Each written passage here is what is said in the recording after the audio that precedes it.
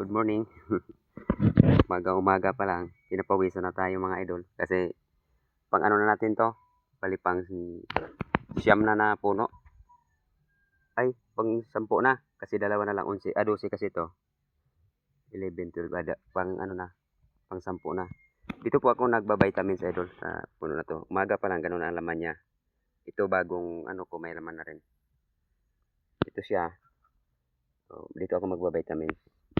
Bago tayo magkwento mga idol, may ikwento ako sa inyo. Magba-vitamins muna ako. Kasi gusto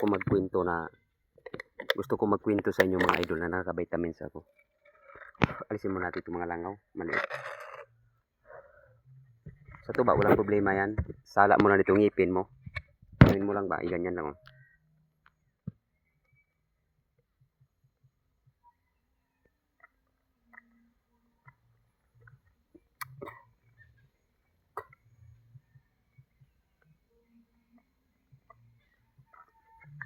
Ito kasi matamis talaga. Masarap. Pag umaga kasi gabi siya. Hindi siya na initan. Tapos pagkaaga ganito. Parang soft drinks lang siya ba? O ito idol. May ikwento ako sa inyo no. Pasensya na po kayo. Lagi na lang tayo nagkukwento. Pero ito mga kwento ko sa inyo idol. Pwedeng sabihin niyo may kabuluhan. Pwede sabihin niyo walang kabuluhan. Dito tayo sa itaas ng nyog. Habang nagre-relax.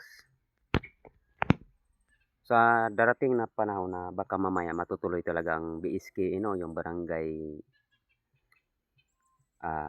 eleksyon. Sana yung ang ano ko ba, ang aking mga request. Marami tayong mga taga rito na mga maganda na buhay. Pero nandito ang kanilang bahay na iniwan na nandyan, may pamilya sila dyan, hindi nila sinira. Maganda mga bahay nila dyan, malalaki. Yung ano ko, idol, total for good naman kayo, may mga pensyon naman kayo. Kahit saan kayong lugar, kumikita kayo dahil nakadepende na nga yan sa inyong naabot at saka sa inyong retirement ng inyong kita. Kasi naka-ATM naman yan. Ano daw kaya kung tapos naman kayo sa inyong mga profesyon, ano kaya kung magtakbo kayo dito na bilang isang barangay chairman? Babae ka man o lalaki, magtakbo ka ng barangay chairman dito sa lugar natin ang barangay natin.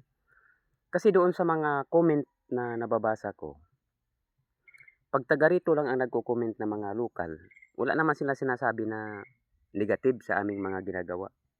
Pero pag ang magko-comment na nasa ibang lugar, yung medyo may angat na sa buhay, natural ang unang sinasabi nila, anong klaseng mga barangay council kayo? Wala kayong ginagawa dyan sa ating barangay. Nag-antay lang kayo ng mga honorarium. Bakit ganun ba kayo? Ganun. Marami mga negative kaming natatanggap na galing sa kanila. Pero para sa akin, nagpapasalamat ako sa mga negative na yan kasi dyan talaga natin pwedeng aralin at matutunan ang tunay na gawain na bilang isang barangay official. Pero siguro, dahil sa kakulangan ng oras, dahil kagaya sa akin, nagpa-farm, nagkukunggot, maraming oras na nasisira ko para sa pagserbisyo.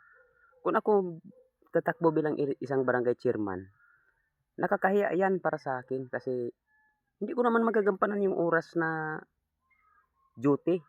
Kasi pag ikaw isang barangay kapitan ka na dapat alas 8 ng umaga, nagpapakita ka na sa barangay kahit wala ka mang activities, magpapakita ka na kasi ang mga tao, nag-iisip na yan, andyan kaya sikap ganun.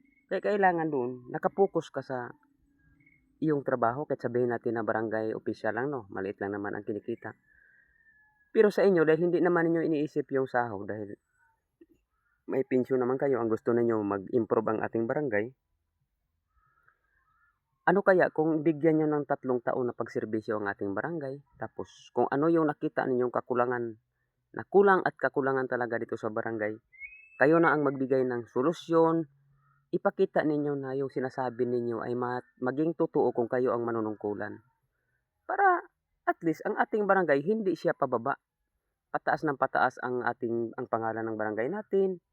Yung mga taong nasa ibaba matutulungan, ganun.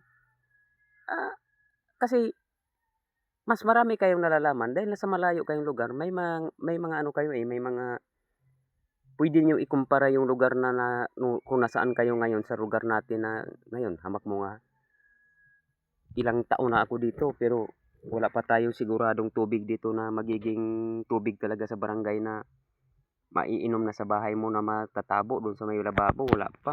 Wala kang tubig dito na mapapaliguan na kahit paliguan lang nasa loob ng bahay nimo, wala pa. Kasi ito nga, kapos tayo dito, kapos ang budget ng barangay, maliit lang. Kung sa barangay ka kukuha ng funding para sa panggripo, pang tubig, hindi kakayanin kasi milyon yan.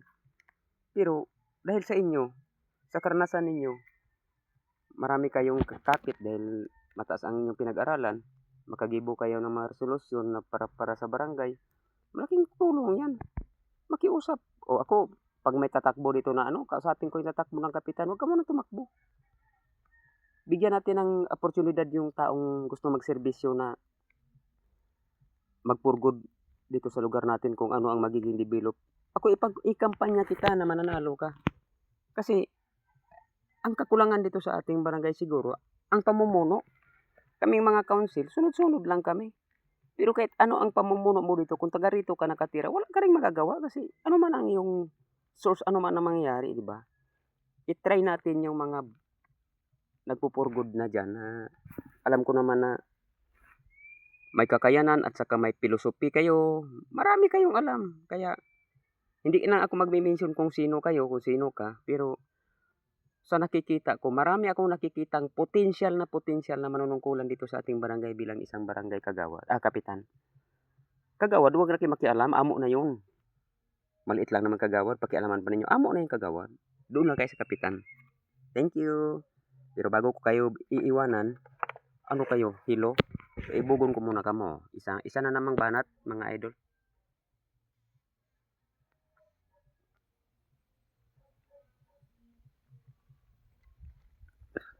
Hindi pa ako nag-almusal.